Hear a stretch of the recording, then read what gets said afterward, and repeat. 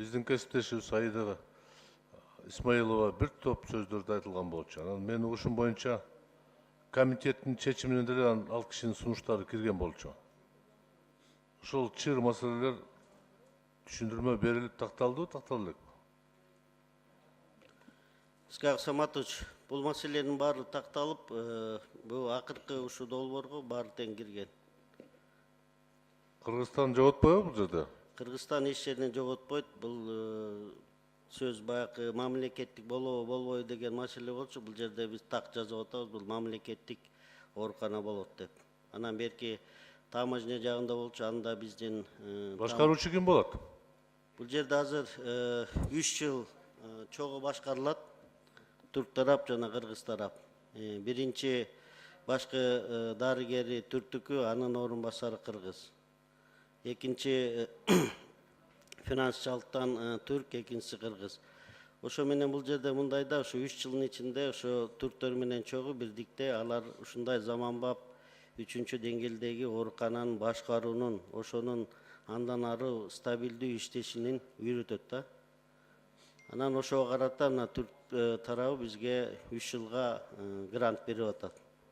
Акчач ушу больницаны иштетип, андан ары улантып. Бизге бербейт, өзүнүн больницасына берет.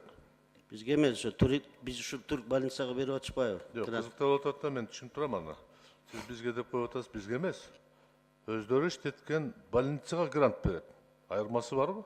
Бул жерде түрктүн баары эмес, кыргыздарды иштеген атпайбы? 300 орунга жакын адам болот, ошонун ичинен 30га жакын түрктөн келип, баягы убакыт менен келип иштеп кетет. Калганын баары кыргыздар иштейт ал жерде. Кыргыз жарандар. Урматтуу министр, конечно, элбетте сиздин сөзүңүз ишке ашсын. Анан эртең эле биз ошол больницага барып түрк тилинде сүйлөп, анан биздин жарандарыбыз кире албай кыйналып жүрбөсүн деген маселе да. Андай болбойт. Анан жанагы буларда кеңеш менен башкарылат, 5 кишиден турган кеңеш менен. Бул жерде административдик финансылык жактан башкаруу кеңеши болот. Ар бир иш баягы бир жактуу болбой, баягы коллегиально чечилет. 5 кишиден турат, туурабы? 5 кишиден турат. Кыргызстандан канча киши болот?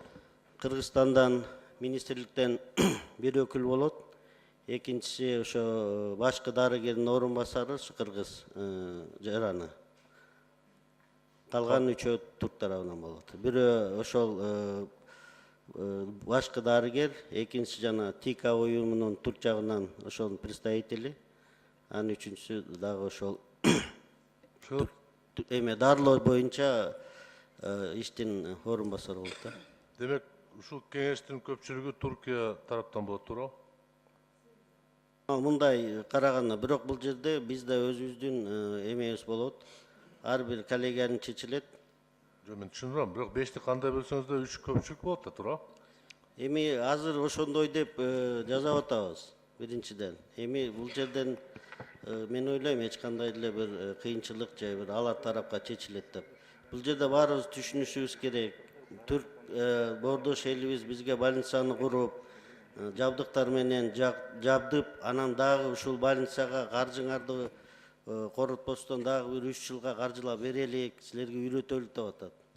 Анан биринчи баштабайбызбы, анан уже көрүнөт. Анан ар бир нерселерге бул макулдашуу боюнча биз өзүбүздүн да оюбузду айтып, түздөп, координация кылып, мониторинг кылып, чогуу иштеген деген үмүттөбүз да. Бул жерде эч кандай басымдуулук болбойт Турция жагынан. Урматтуу жолдош министр, мен түшүнүп турам, ал туура эле айтып атасыз. Ким гана бизге келип, ишкана куруп, элибизди жумуш менен камсыз кылса, бул жакшы негизи. Бирок ушул больницада иштеген врачтар, докторлор жөндөн жөн эмес, алар өздөрүнө да айлык таап, кичине пайда табыс деген максат менен иштеп атат, жанда эмеспи? Сиз кимди айтып атасыз? Турк жагын айтып атасызбы?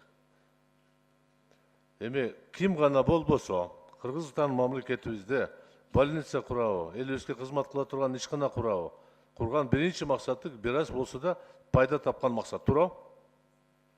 Бул жерде андай деле негизги максат коюлган жери жок. Жок, сизде жок андай максат. Уюштурган, курган адамдарда максат бар да, туурабы? Эми ар бир элдер грант берип куруп атса, анан биз ушундай бүдөмө Жок, туурабы же туура эмеспи? Мен ойлойм, туура эмес. Пайда тапкан үчүн эмеспи? Мындай коммерческий цел коюлуп эле, ушу жаңы мыйзам чегиндеги жакшы технологияларды алып келип, кыргыз элине жардам беребиз деп атышат. Анан биз бул жерде бизнес кылат деген мен ойлойм туура эмес деп. Бүгүнкү күндө здравоохранение бизнес эмеспи?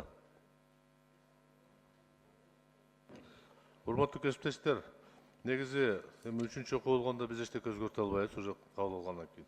Бирок жалпы мындай пикир болуп атат да, биз алдын ала мактап асманга чыгарбашыбыз керек. Ар бир проекттин максаты пайда көрүш. Ошону эске алышыбыз керек.